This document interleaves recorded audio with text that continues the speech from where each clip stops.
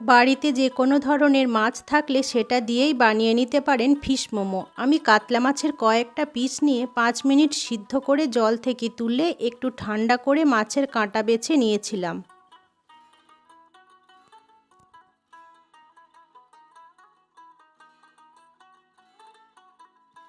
এবার সিদ্ধ করে রাখা মাছের মধ্যে দিয়ে দেব একে একে কাঁচা লঙ্কা কুচি, গ্রেট করা গাজর, পেঁয়াজ কুচি, ধনেপাতা কুচি, পরিমাণ মতো নুন, 2 চামচ সয়া সস আর 2 চামচ পাতিলেবুর রস। সব কিছু বেশ ভালো করে মাখিয়ে নেব।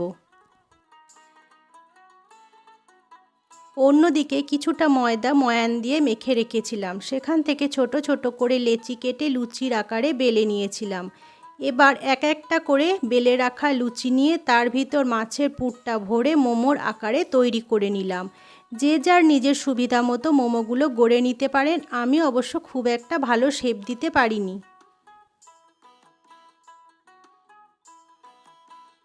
এবার একটা বড় বাটিতে জল গরম করে তার উপর একটা ছিদ্রযুক্ত থালা দিয়ে থালায় একটু তেল ব্রাশ করে গড়ে রাখা মোমোগুলো একে একে দিয়ে দিলাম। উপর থেকে আবারও একটু তেল ব্রাশ করে ঢাকা দিয়ে 7-8 মিনিট একটু ভাপিয়ে নিলেই তৈরি হয়ে যাবে দারুণ স্বাদের ফিশ মোমো। আপনারাও একবার এইভাবে বাড়িতে বানিয়ে দেখতে পারেন, আশা করছি ভালো লাগবে।